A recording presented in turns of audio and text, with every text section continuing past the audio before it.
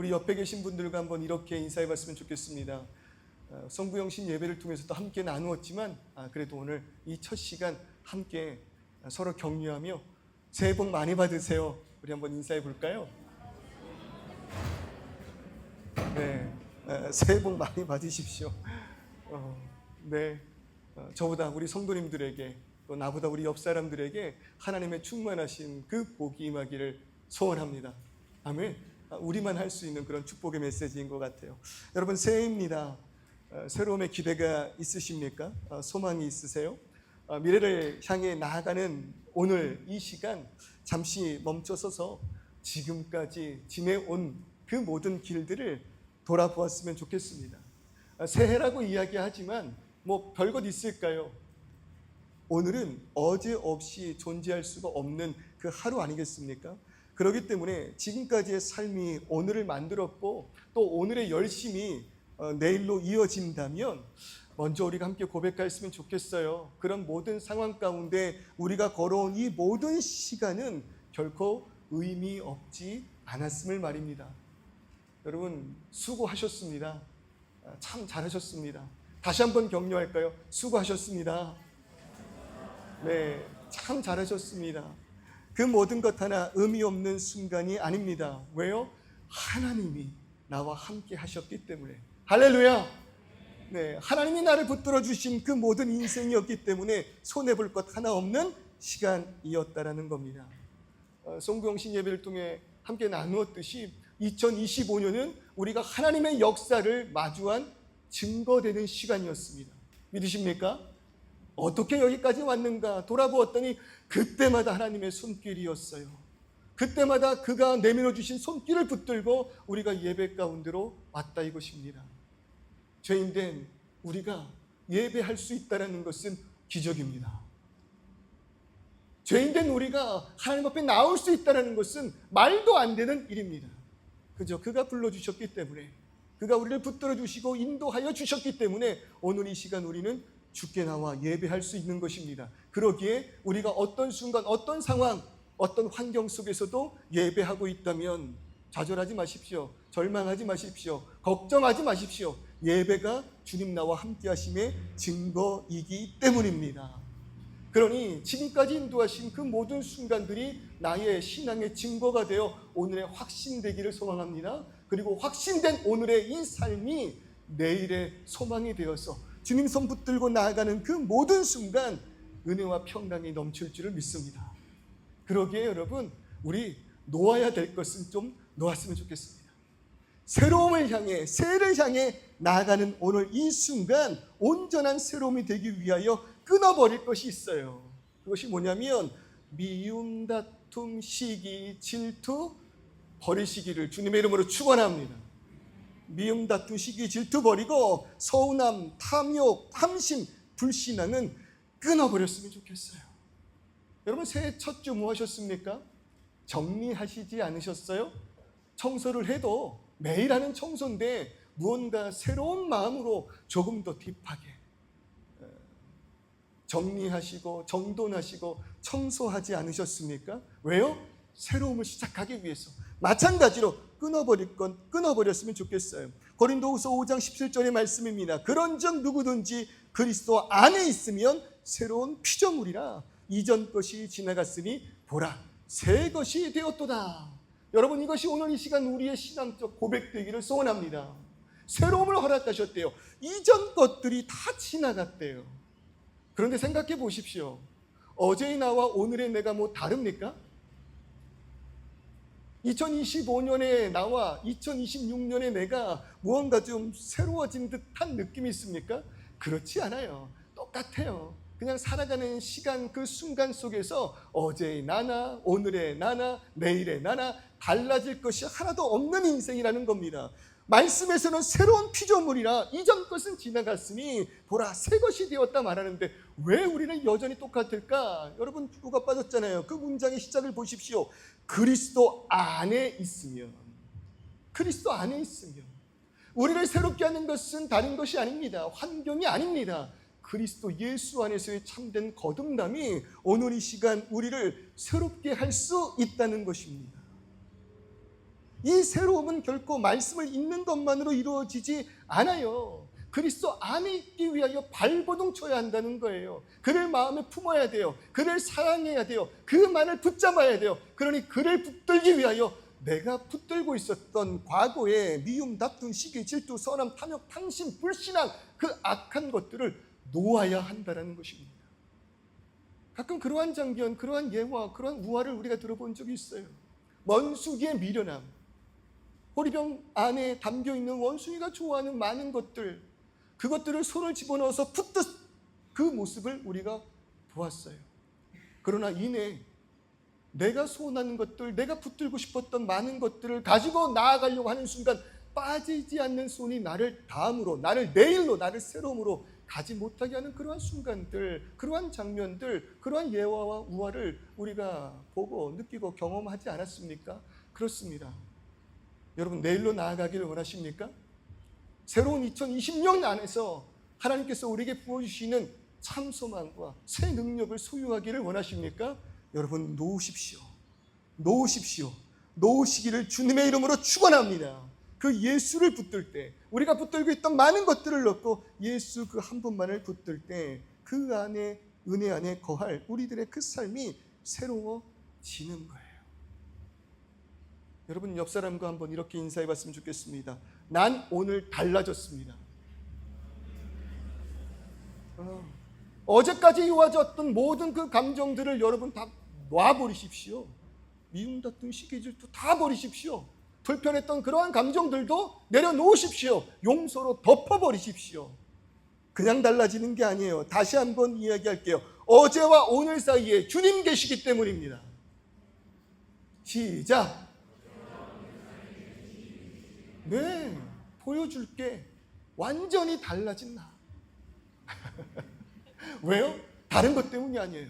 어제와 오늘 똑같은 나인데 그 사이에 나에게 다가오사 나를 용서하시고 한량없는 은혜로 나를 덮어주신 예수께서 나와 함께 하심으로. 할렐루야. 저희 부모님이 착각하는 것 하나가 있어요. 제가 2026년도 신학생 때 진정으로 나의 삶 가운데 와, 하나님이 나를 이렇게 인도하시는구나, 목회의 길로 나를 붙드시는구나, 그 감격에 벅차서요 기도한 것들이 있어요. 하나님, 목회자의 길로 나아가려고 하는데 내 성격이, 내 습관이, 내 성품이 그 목회를 감당하기엔 온전치 못합니다.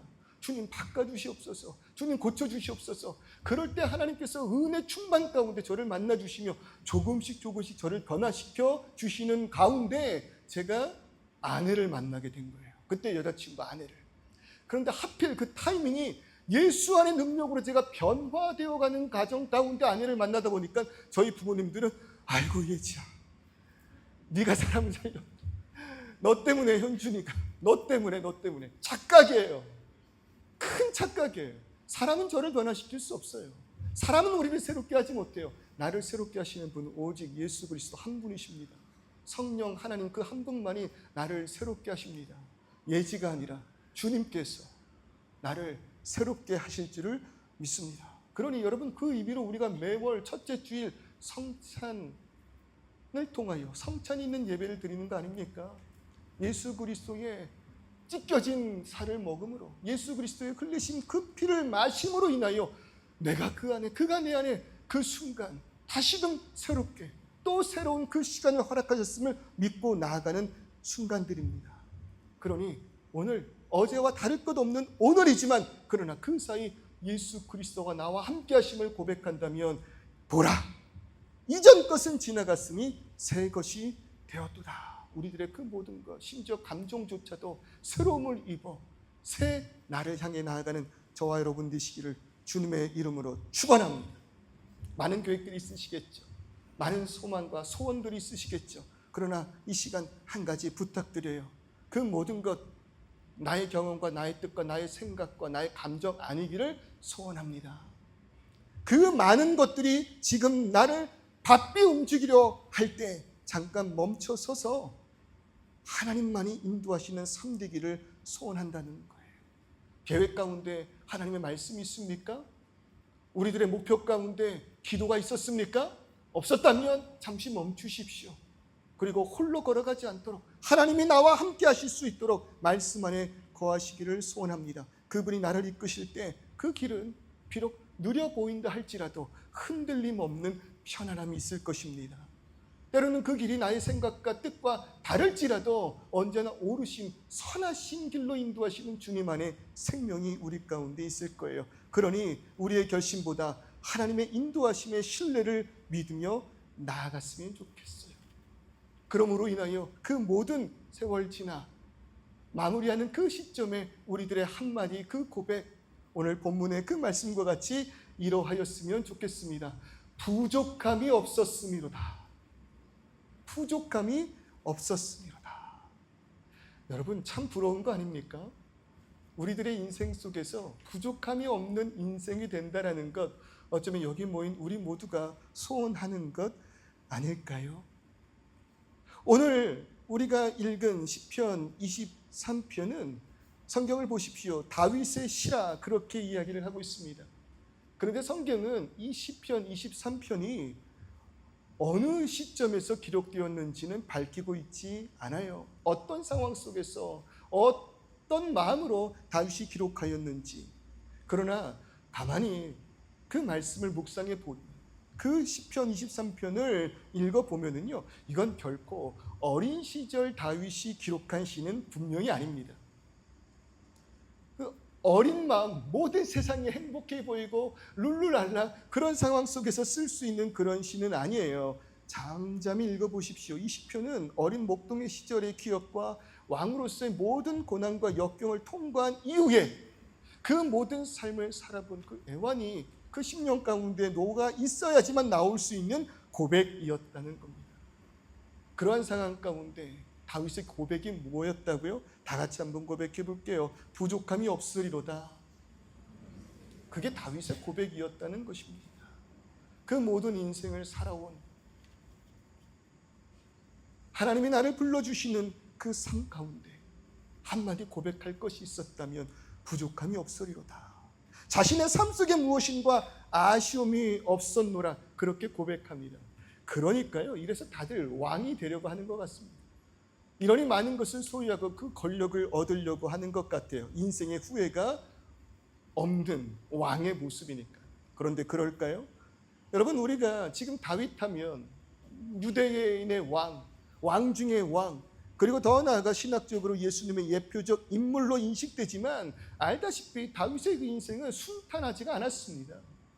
어릴 때에는 막내 취급을 당했다고요. 하카톤, 쓸모없는 자로서 모든 형제들이 사무엘 앞에 섰을 때 홀로 양을 치고 있었던 자, 외로웠던 자가 다윗이었습니다. 기름 부음을 받았지만 그 즉시 왕이 된 것이 아니에요. 세월이 있었어요. 그리고 그 기름 부음으로 인하여 어쩌면 다윗의 인생이 꼬였는지도 모릅니다. 골리앗을 맞이하고 하나님의 그 거룩한 분노로 인하여 골리앗을 쓰러뜨렸지만 그것으로 인하여 찬송받는 위치에 선 것보다는 그를 질투하는 사울 왕에게 표적이 되어서 왕으로부터 쫓김을 당하는 신세가 다윗의 삶이었다는 것입니다. 그 여정이 얼마나 비참했는지 자신을 잡으러 온 병사들 앞에서 침을 흘리며 미친 척을 함으로 그 위기를 벗어나려고 했던 자가 다윗이었다는 거예요. 얼마나 수치스러웠을까요? 왕이 된 이후에는요, 그 교만의 탐식에 잠재되어서 밧세바를 범함으로 인하여 나단 선지자로 인하여 책망받았던 자가 다윗이었고, 말년에는 그의 아들의 쿠데타로 인해 아들에게 쫓김당하는 신세, 그러한 인생을 살았던 것이 다윗 왕의 모습입니다. 그럼에도 불구하고 그는 자신의 인생이 부족함 없는 인생이었다라고 말을 하는 거예요. 왜일까요? 어떻게 그는 그럴 수 있는 것일까요? 살펴보면 그는 자신의 인생을 결핍을 기준으로 평가하고 있지 않습니다. 나에게 무언가 부족한 것이 있는가? 내가 이루지 못한 것이 있는가? 그 결핍을 기준으로 평가하고 있지 않다고요. 우리가요, 아니 인간이요, 소유의 풍족함으로 인생을 논한다면 인간은 결코 쉽게 만족할 수가 없습니다. 왜요? 우리는 결코 채워지지 않을 깨어진 영혼의 소유자이기 때문이에요. 죄로 인하여 무너진, 죄로 인하여 깨어진, 하나님과 분리됨으로 인하여 결핍된 영혼의 소유자이기 때문에 그러니 끝없이 무엇인가를 채워넣고 있지만 여전히 무엇인가 완성되지 않는 허전함이 있는 거예요. 그 모든 것을 다 이루고 여기까지 왔다 고백하지만 허무함이 있는 거예요. 나의 시선은요, 어떻게 된 것인지 언제나 여백을 찾아 그것을 채우기에 바쁩니다. 대화를 하다가 침묵이 이어지면 그 순간을 견디지 못해요. 뭐라도 말을 해야 돼요. 그러다 보니까 쓸데없는 말, 필요 없는 말로 상대방에게 상처를 주기도 합니다. 무언가 부족한 것이 있으면 그 안에 가득가득 채워 넣어야지만 직성이 풀려요. 인생은 부족한 것을 채워가는 삶이 되어버렸다는 거예요. 옷을 샀더니 무엇이 필요해요? 네, 구두가 필요해요. 구두를 샀더니 또 뭐가 필요해요? 백이 필요해요. 옷과 예쁜 구두 그리고 백을 들었더니 또 뭐가 필요합니까?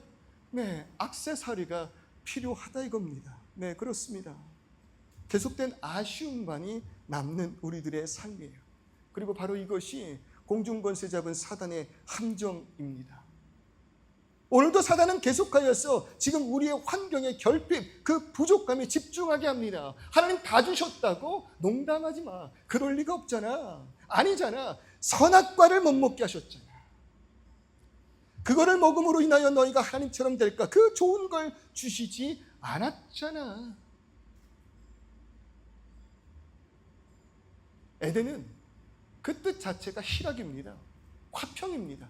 기쁨입니다.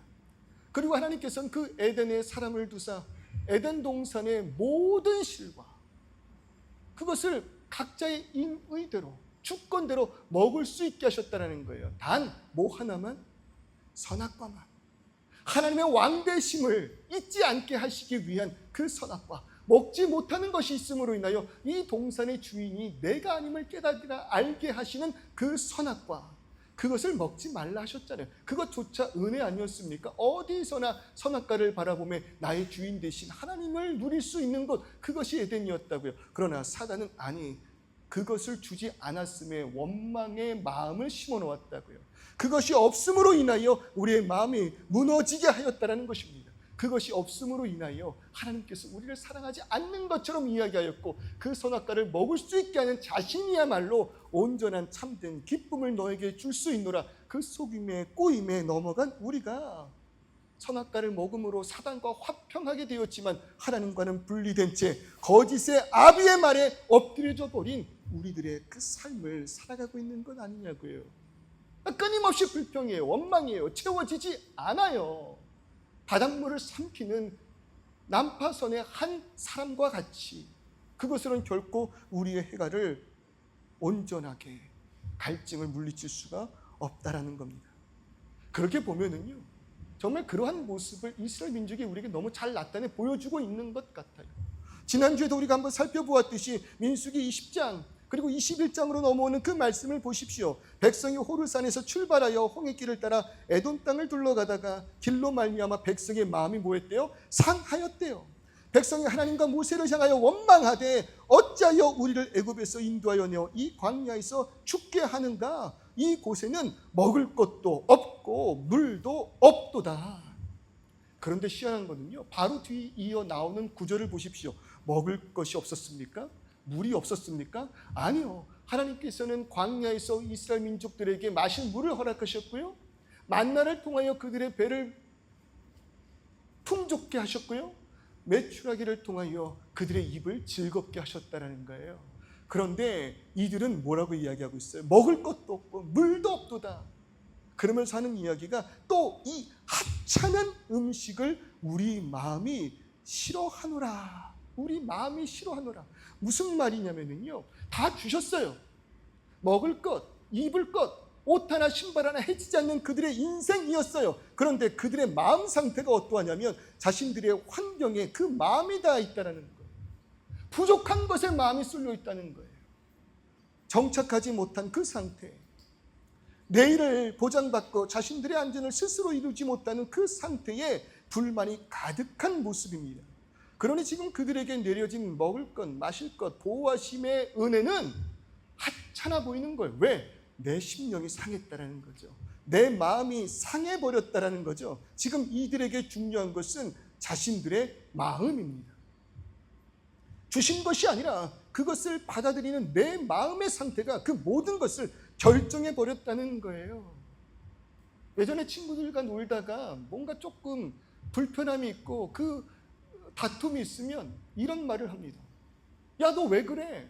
너 왜 이렇게 하는 거야? 그러면 토라진 그 친구가 이렇게 이야기를 해요. 내 마음이야. 내 마음이야. 그러면 그 말을 들은 우리가 뭐라고 해요? 야, 네 마음만 있냐? 내 마음도 있어. 정말 그런 것 같아요. 마음이 중요한 시대예요. 지금 이 시대는요, 마음이 주인이 되어가는 그런 시대라고요. 주어진 것, 받은 것, 입은 은혜, 이런 것과 상관없이 어떠한 부분이 내 마음에 들지 않으면 그것이 전부가 되어서 실망하고 상처받았다 하며 원망합니다. 아무리 잘해주대요, 아무리 그 마음을 나누고 그 많은 은혜를 부어준다 할지라도요, 그 마음에 상처가 있으면, 그 마음에 조그만 스크래치가 있으면 그 모든 것이 다 헛되고 헛된 것이 되어버린다는 겁니다. 왜요? 마음은 너무나 연약하기 때문에. 우리의 마음이 그렇습니다. 그 마음에는 틈이 너무 많습니다. 그럴 때 이런 마음이 나를 지배하고 나를 대변하게 하지 않았으면 좋겠어요. 무슨 말이냐면 이 마음은요, 언제나 나를 강대하게 만들지 못합니다. 더 강하게, 더 스트롱하게 내일을 향하여 용기를 가지고 나아가지 못하게 만들어요. 그 증거가 뭐냐면요, 이별해 본 적 있으십니까?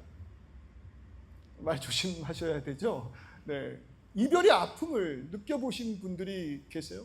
얼마나 그 이별의 아픔이 큰지 저는 잘 몰라요. 첫사랑과 결혼을 해서 여기까지 왔기 때문에 연인과의 이별은 잘 몰라요. 그런데 얼마나 아픈지 제가 대충 유추해 볼 수 있는 노래들은 있죠. 얼마나 아픈지 총 맞은 것 같대요. 총 맞은 것처럼 손톱이 빠져버린 것 같대요. 막 이러한 고통을 느끼는 그런 이별의 슬픔이래요. 그러면 여러분, 우리가 그런 이별의 아픔, 그 마음을 회복하기 위하여 들어야 할 노래가 무엇입니까? 쨍하고 했던 날 돌아온단다. 차라리 이런 노래를 들으면서 그 마음에 위로를 하고 내일로 나아가자. 괜찮아. 그 이별로 인하여 내 인생 무너지지 않아. 내일로 향해 나아가자. 전진. 그런 마음이 먹어집니까? 아니요. 이 마음은 계속해서 나의 인생을 이 세상 가운데 가장 비련하고 가장 아픈, 여린 그러한 주인공 만들려고 해요. 계속해서 그러한 노래에, 그러한 음악에서 빠져나오지 못하게 하는 그런 심령이라고요. 여러분, 마음은 연약합니다. 내 마음의 그 상태에는 틈이 너무 많아요. 그럴 때 그 마음이 나를 지배해버리면, 그 마음이 나를 대변하게 된다면 우리에게 허락하신 그 많은 복을 누리지를 못하게 되는 것입니다. 잠언 28장 26절의 말씀입니다. 자기의 마음을 믿는 자는 미련한 자래요. 그렇기 때문에 그 연약한 그 마음이 가는 대로 살아가는 이들은 미련한 자들이래요. 그럴 때 뭐라고 말씀하십니까? 지혜롭게 행하래요. 그 가운데서 지혜롭게 행하는 자는 구원을 얻을 자니라. 지혜롭다는 것이 무엇입니까? 지금 내 마음, 감정, 순간이 아니라 내게 임한 은혜, 내가 받은 것을 바라보는 것을 의미하는 것입니다. 그것을 볼 수 있는 능력이 지혜라 말하고 있는 거예요. 어떤 환경보다요, 이스라엘 민족들이 광야에서 겪고 있는 어떠한 순간보다요, 그들을 애굽에서 인도해내신 구원이 큽니다. 오늘 나의 어떤 상황과 환경과 순간보다도요, 나에게 허락하신 그리스도의 십자가의 은혜가 크다라는 것입니다. 그리고 이러한 능력이 우리 가운데 있어야 성도가 하나가 될 수 있는 거예요. 말 한마디, 태도 하나에 적이 되어버리는 그런 세상 속에서 교회도 그와 같은 길을 걸어서는 안 되는 거 아닙니까? 상처가 될 수 있습니다. 말 한마디에 서운할 수 있다 이겁니다. 그러나 우리가 함께 만나 눈물 흘리며 예배하고 교회를 세운 은혜가 훨씬 더 클 줄을 믿습니다. 그러니 하나님께도 사람에게도 우리의 마음이, 그 감정이 태도가 되어서는 안 된다는 거예요. 그런 모든 순간 은혜가 나를 덮을 수 있게 해야 합니다. 우리 안에서 어떠한 불평과 원망이 있어도 예배가 큰 줄을 믿으십시오. 예배하면 그걸로 된 거예요. 그것으로 우리의 모든 서운함이 덮어지는 거예요. 왜? 나에게 이 예배를 허락하신 그리스도의 십자가의 은혜가 이 세상 그 어떤 것보다도 크기 때문에 은혜가 큽니다. 구원이 큽니다. 그것에 집중하여야 한다는 것입니다. 그 지혜가 나를 구원의 길로 인도할 수 있을 거예요. 그러니 보세요. 이스라엘 민족은 내 마음의 집중함으로 인하여 만족하지 못한 그 심령으로 인해 하나님을 원망했지만 신명기 2장 7절의 말씀 보십시오. 그들을 광야에서 인도하며 그들과 똑같은 것을 먹고 마셨으며 살아왔던 모세의 고백이 무엇입니까? 너희 하나님 여호와께서 이 큰 광야의 길에서 너에게 하는 모든 일을 아셨고 너희 하나님 여호와께서 이 40년 동안에 너와 함께 계셨으므로 너에게 부족함이 없었느니라. 모세의 고백도 똑같다는 거예요. 그 모든 인생이 순탄치 않았음에도 불구하고 심지어 그는 가나안에 들어갈 수 없는 상황이 되었음에도 불구하고 이 세대들은 향하여 복음을 선포하는 바로 그때에 부족함이 없었다. 그렇게 말하고 있는 거예요. 그뿐만이 아닙니다. 창세기 24장의 말씀을 보면 아브라함의 노년, 이제 그가 죽을 날을 앞둔 그 상황을 이야기합니다. 그런데 그때 성경이 이렇게 기록하네요. 아브라함이 나이가 많아 늙었고 그런데 그의 모든 삶 범사에 복을 주셨더라. 여호와께서 그에게 범사에 복을 주셨더라. 이해가 되지 않는 거예요. 말도 안 되는 거예요. 다윗의 인생이, 모세의 삶이 마지막 그 순간에도 땅 하나 없었고 정착할 곳 없음으로 인하여 자신의 인생을 나그네의 삶이라고 표현했던 그 아브라함이 어떻게 부족함이 없었고 범사의 복을 받은 인생이라고 말할 수 있겠냐는 거예요. 도대체 뭐가 다른 것일까요? 여전히 나는 오늘 이 시간에도 부족한 것이 너무 많아 주시옵소서 그 소원을 가지고 이 새해 첫날부터 하나님 앞에 엎드려지는 나인데 이들은 왜 부족함이 없다 말하고 있는 것일까요? 그들의 공통점이 있습니다. 이들 모두는요 하나님과 동행하며 친밀한 관계를 누린 사람들이었어요. 자신에게 다가오신 분이 누구이신가를 깨달아 그의 손을 붙들고 그와 함께 동행하는 자였다는 것입니다. 외롭게 양들을 칠 때에도 부모에게도 버림받은 것 같은 인생을 살아갈 때에도 사울에게 쫓기며 모든 사람들이 나의 적된 그러한 순간 속에서도 범죄함으로 인하여 하나님께로부터 버림받은 그러한 순간인 것 같다 엎드려져 있는 상황 속에서도 그럼에도 그를 포기하지 아니하시고 그에게 다가오사 그의 손을 붙들고 일으켜 세워 함께 가자 동행해 주셨던 하나님 계셨다는 겁니다. 그러기에 이들의 삶에는 부족함이 없었대요. 이들의 부족함이 없는 삶 가운데 공통점 하나가 있습니다. 이들은요 단순히 사명을 받은 인물들, 하나님께서 허락하신 그 명령에 따라 움직이는 인물들 뿐만이 아니라 하나님을 인격적으로 알고 만난 사람들이라는 거예요. 자신에게 다가오신 하나님, 그 인생 가운데 함께 하시는 하나님을 묵상하며 그의 뜻이 나의 마음보다 우선되기를 소원했던 자들이라 이겁니다. 그러한 증거가 무엇이냐면 다시 한번 본문으로 돌아보시겠어요? 23장 1절입니다. 여러분 이가 부족함이 없는 이유를 뭐라고 설명하고 있습니까? 시편 23편 1편 왜 부족하지 않대요? 왜 다윗이, 왜 모세가, 왜 아브라함이 부족하지 않은 인생, 복된 인생이었다고 고백합니까? 여호와가 나의 목자이시기 때문에. 나를 주관하시고 나를 인도하시는 분이 계신데 여러분 그분을 향한 이들의 신앙 고백이 무엇이냐면 여호와라는 거예요. 지금 이 의미를 우리가 한번 깊이 묵상할 수 있어야 될 것 같은데요. 어떤 말이냐면요. 저를 좀 아십니까? 저와 이제 함께 한 2년 내지 1년 몇 개월 되신 분들, 저와 같이 식사를 나누고 대화를 하신 분들 저를 좀 아십니까?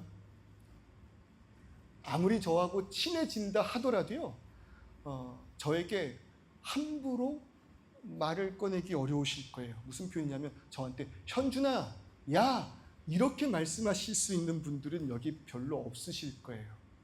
한번 해보세요. 현준아, 야 사석에서 제가 내려왔을 때 저와 단둘이 있을 때 저보다 나이 많으신 분들 얼마든지 저에게 그렇게 말씀하셔도 상관이 없습니다. 괜찮아요. 그러니까 한번 그렇게 말씀해 보세요. 근데 어려워요. 힘들어요. 왜냐하면 제가 일정 관계의 벽을 치고 있기 때문에. 저한테 현준아라고 부를 수 있는 것은 저희 가족밖에 없을 거예요. 그런데 제 이름을 부르는 순간 그 이름을 부르는 것을 통해서 그들의 관계가 어떠한지를 우리가 알 수 있다는 거죠. 우리는 그냥 목사님이라고만 부를 수 있는 관계인데 누군가가 그의 이름을 부른다. 물론 그런 관계로 들어오고 싶지 않은, 알아요. 저도 알아요. 저랑 가까워진다고 대단한 거 아니니까요. 그런데 그거 있잖아요. 와 하는 그런 분을 왜? 너 동건이랑 알고 싶어? 제시대 그런 유명한 연인. 너 왜 동건이랑, 너 왜 인성이랑 알고 싶어? 제가 몇 번 자랑을 한 적이 있어요. 제가 연락을 하면 받는 연예인이 있다니까요. 제가 전화를 하면 받는 연예인이 있어요. 절대 전화를 하진 않을 건데 전화를 한다면 받을 거라는 믿음이 있는 연예인이 있어요. 꽤 유명해요. 전종서라고 아세요? 아세요? 네. 제가 종서야라고 부를 수 있는 관계의 친구예요. 여러분들은 오면 와 할 때 저는 왜요? 종서 왜요? 그 이름을 부르는 순간 관계가 드러나잖아요. 다윗이, 모세가, 아브라함이 그들의 삶의 충만함을 고백하고 부족함이 없었노라 고백하며 복된 인생이었다고 고백할 수 있는 그 이유는 하나님을 여호와라고 부를 수 있었기 때문이에요. 여호와가 무엇입니까? 출애굽기에서 고난 가운데 있었던 모세에게 나타나 자신을 소개하시며 한 그 말, 나는 스스로 있는 자야. 그 말의 의미가 무엇입니까? 나는 창조주라 이것입니다. 나는 이 모든 만물을 창조한 창조주임을 고백하는 거예요. 더 나아가 나는 이 땅에 무엇으로도 비길 수가 없어. 무엇으로도 설명할 수 없어. 그냥 나는 나야. I am who I am. 나는 그냥 나인 존재야. 모세에게 하나님께서 자신의 존재를 나타내 보이셨어요. Introduce myself를 하셨다고요. 그 높으신 하나님께서, 창조주 되신 하나님께서 한낱 인간을 향하여 자신을 나타내 소개하신 그 호칭이 여호와인 것입니다. 그러니 이것은 아무나 부를 수 있는 것이 아니에요. 그와의 친밀한 관계 가운데 그의 자녀들만이, 그의 백성들만이, 그의 성도들만이 부를 수 있는 호칭 여호와라는 것입니다. 재밌는 거는요, 출애굽기보다 먼저 순서상 이 여호와라는 그 호칭이 등장한 순간이 있습니다. 언제냐면 창세기 2장입니다. 창세기 1장에서 하나님께서 그 모든 만물을 만드시며 보시기에 심히 좋았더라 마무리하시잖아요. 그리고 2장에 들어와서는 이제 인간을 창조하시는 그 현장을 더욱더 깊게 표현하시는 순간이 있어요. 그럴 때 말씀 한번 보여주시겠어요? 창세기 2장 그 말씀 보세요. 이것이 천지가 창조될 때에 하늘과 땅의 내력이니 여호와 하나님이 땅과 하늘을 만드시던 날에, 1장에서는요 그는 그냥 엘로힘이에요. 그는 하나님이에요. 권능과 위엄이 충만한 신, 창조주 되시는 신, 이 모든 세상을 초월해 계시는 하나님 엘로힘이라고요. 그런데 2장으로 넘어와 사람을 만드시는 바로 그 순간 여호와라고 자신을 표현한다고요. 그 말의 뜻은 뭐냐면 하나님은 그의 형상대로 지으신 그의 자녀들과 관계를 맺기 원하시며 그만이 부를 수 있는 호칭으로 다가가시기를 소원한다는 겁니다. 그러니 창세기 12장 아브라함을 부르사 그를 가나안 땅을 향해 나아가라 말씀하시는 그 1절 보세요. 여호와께서 아브라함에게 이르시니 너는 내가 보여줄 그 땅으로 가라. 여호와라고 말하고 있다고요. 방금 우리가 보았던 그 신명기 2장 7절의 그 말씀, 모세가 자신의 모든 인생이 부족함이 없었다고 고백할 때에도 모세는 하나님을 뭐라고 고백합니까? 여호와라고 고백하고 있어요. 마찬가지로 부족함이 없는 인생이라고 고백하는 다윗 또한 하나님을 나의 삶 가운데 함께하는, 인격적으로 다가오사 나는 나야, 자신을 소개하시며 늘 함께 걷기를 소원하는 여호와라, 그렇게 고백하고 있다는 것입니다. 그 여호와가, 내가 그렇게 호칭을 부를 수 있는 그 하나님이 오늘 이 시간 나를 인도하시니 나의 모든 삶 가운데 부족함이 없다. 2026년도를 시작하는 오늘 이 순간, 이 시점에서 우리의 그 신앙에 하나님을 여호와라 부를 수 있는 은혜와 능력 있기를 주님의 이름으로 축원합니다. 그는 여전히 여호와로 다가오시기를 원하십니다. 여전히 그 멀리서만 계시는 하나님이 아니라 아브라함의 하나님, 이삭의 하나님, 야곱의 하나님이 아니라 오늘 이 시간 엄현준의 하나님 되어주시기를 원한다는 거예요. 나의 여호와 되어주시기를 원한다는 거죠. 오늘도 나에게 자신을 소개하고 있어요. 어떻게요? 말씀으로 찾아오셨잖아요. 목사의 입을 통해서 선포되는 그 말씀이 여호와 하나님의 말씀 아닙니까? 그 말씀으로 오늘 이 시간 우리에게로 찾아오셨어요. 예배로 찾아오셨어요. 이 모든 것을 통해 자신을 여호와라고 말하고 계세요. 그러니 올 한 해 결단해 봅시다. 말씀을 다시 한번 읽어봅시다. 나에게 하나님이 자신을 뭐라고 소개하고 계시는가? 우리의 인생 가운데 함께 걷기를 원하시며 내가 그 이름을 부를 수 있는 그 은혜를 허락하셨다면 여러분 말씀을 읽어보십시오. 성경 공부하는 것에 우리의 전심을 다해 보십시오. 이제 2월부터 다시 성경 공부가 시작됩니다. 저희 교회 성경 공부의 특징이 있죠. 2사람이 모이면 무조건 클래스를 오픈해 드립니다. 10반이 생겨도 15반이 생겨도 그렇게까지는 아니었지만 상관없다는 거예요. 그러니 그 마음의 열정을 다해서 말씀을 가르치려고 할 때 여러분 반응해 주십시오. 같이 공부했으면 좋겠어요. 그리고 무엇보다도 예배를 우리의 삶 가운데 가장 우선순위에 놓으셨으면 좋겠습니다. 내 상황과 형편 그리고 일정을 계획하면서 예배드리는 것이 아니라 남는 시간, 잉여 시간에 예배하는 것이 아니라 예배를 절대적으로 나의 모든 삶과 계획 가운데 우선순위에 두는 거예요. 아프더라도 병원 갈 힘이 있다면 다녀오십시오. 그리고 이 자리에서 예배하는 거예요. 할렐루야!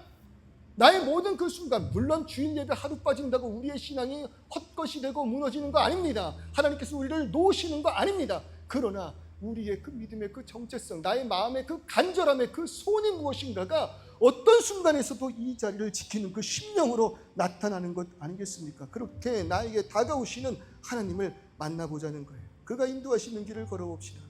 그럴 때 여호와라 부를 수 있는 우리들의 신앙이 있다면 우리는 결코 홀로 서는 길이 아닐 것입니다. 그럴 때 누려보시오. 그 삶이 얼마나 행복한지를 누려보세요. 그러한 자들만이 고백할 수 있습니다. 부족함이 없으리로다. 이 본문의 말씀을 설교할 때마다요 꼭 생각나는 예화가 있어요. 그래서 본문을 이 10편 23편을 설교할 때마다 이 예화를 항상 반복해요. 이미 들으신 분들도 계실지도 모르겠습니다. 한 목사님이요 10편 23편 말씀을 가지고 설교를 준비하시는 거예요.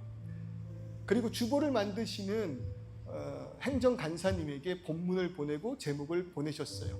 여호와는 나의 목자시니. 그런데 행정간사가 보기에는 이 제목이 완성된 제목 같지가 않은 거예요. 너무 짧은 거예요. 여호와는 나의 목자시니? 뭔가 더 있을 것 같은데 혹시 목사님이 빼먹으셨나? 오타를 내셨나? 실수하셨나? 전화를 걸었어요. 목사님, 제가 지금 제목을 받았는데 여호와는 목자시니 이게 맞아요? 목사님 입장에서는 이 뒤에를 스킵해 놓은 거예요. 그러면서 대지를 여호와는 나의 목자시니 두려움 없네, 실패 없네, 죽음 없네 이렇게 대지를 이어나가시려고 한 거예요. 그러니 충분한 거죠. 여호와는 나의 목자시니. 그래서 질문하는 행정간사님에게 이 목사님이 이렇게 대답했어요. 여호와는 나의 목자시니 네 그걸로 충분합니다.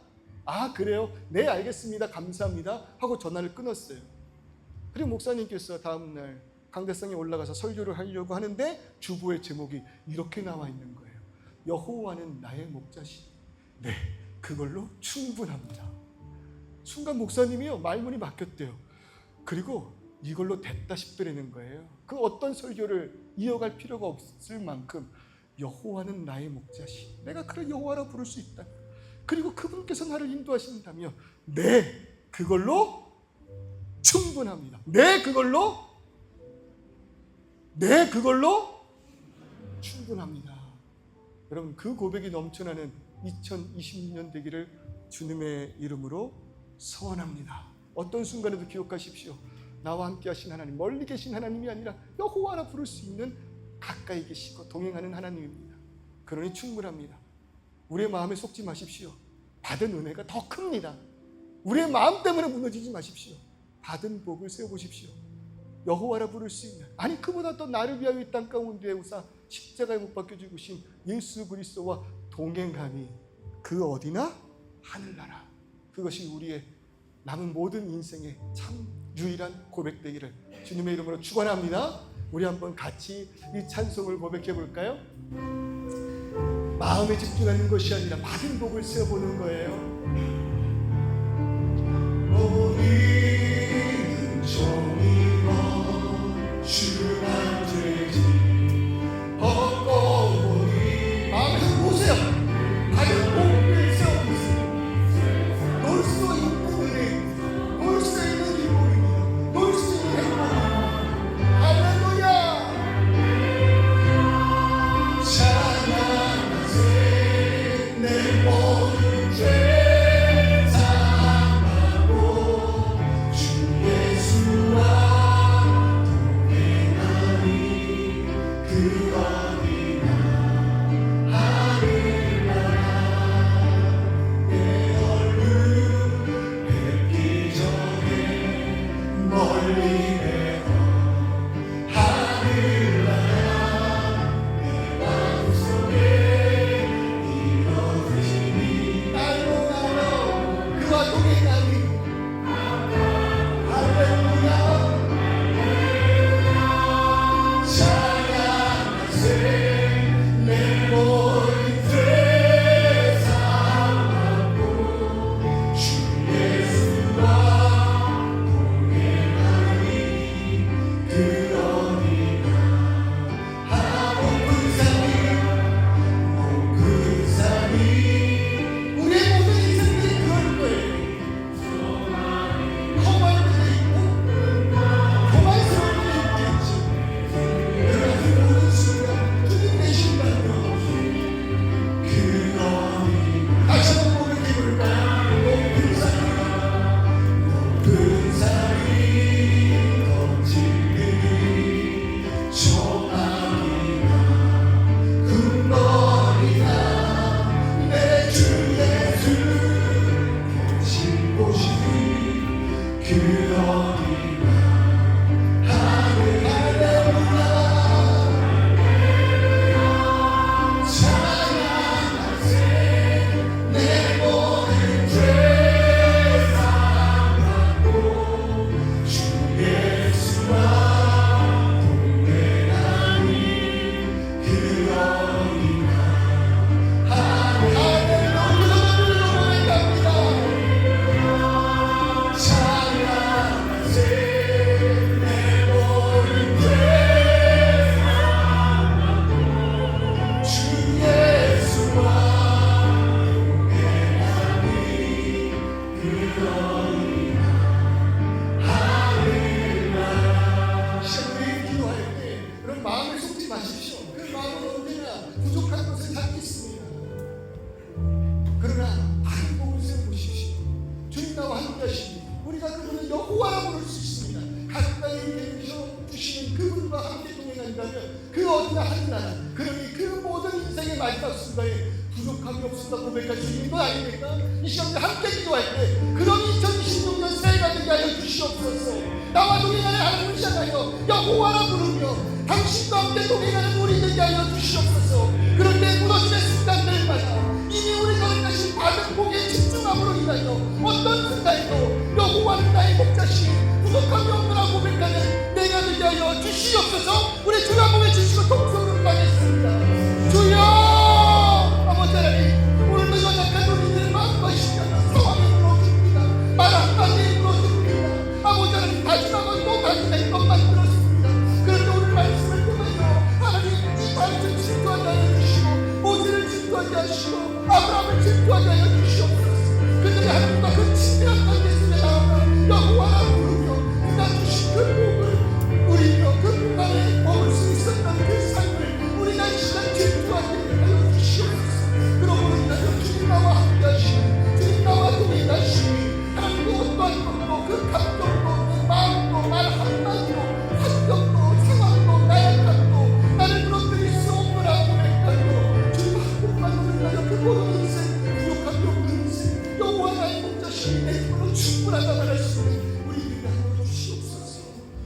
나의 주님 감사합니다. 시작하는 이 순간 말씀으로 나를 붙들어 주심을 감사합니다. 여호와는 나의 목자시니 내 그걸로 충분합니다. 고백할 수 있는 우리 되게 하여 주시옵소서. 우리의 연약한 그 마음에 속지 않게 하여 주시기를 소원합니다. 지혜롭게 하셔서 마음이 아니라 지혜를 통하여 구원으로 나아가는 우리의 심령 될 수 있도록 가까이 와주신 하나님을 여호와라 부를 수 있는 그 은혜가, 그 복이 무엇인가 말씀을 통해, 예배를 통해 깨달아 알게 하여 주옵소서. 세상과 다른 주님 때문에 만족스러운 우리의 연합, 그러므로 이 가운데 사랑이 넘쳐나기를 소원합니다. 옛 감정 다 내어버리고, 옛 실수 다 내어버리고, 옛 욕망과 탐욕과 탐심 내어버리고 주 안에서 새날을 향해 나아가기를 소원할 때 주님요, 붙들고 있었던 것보다도 더 크고 놀라운 십자가의 구속의 은혜를 누리는 우리 되게 하여 주시옵소서. 예수 그리스도의 이름으로 기도드립니다. 아멘.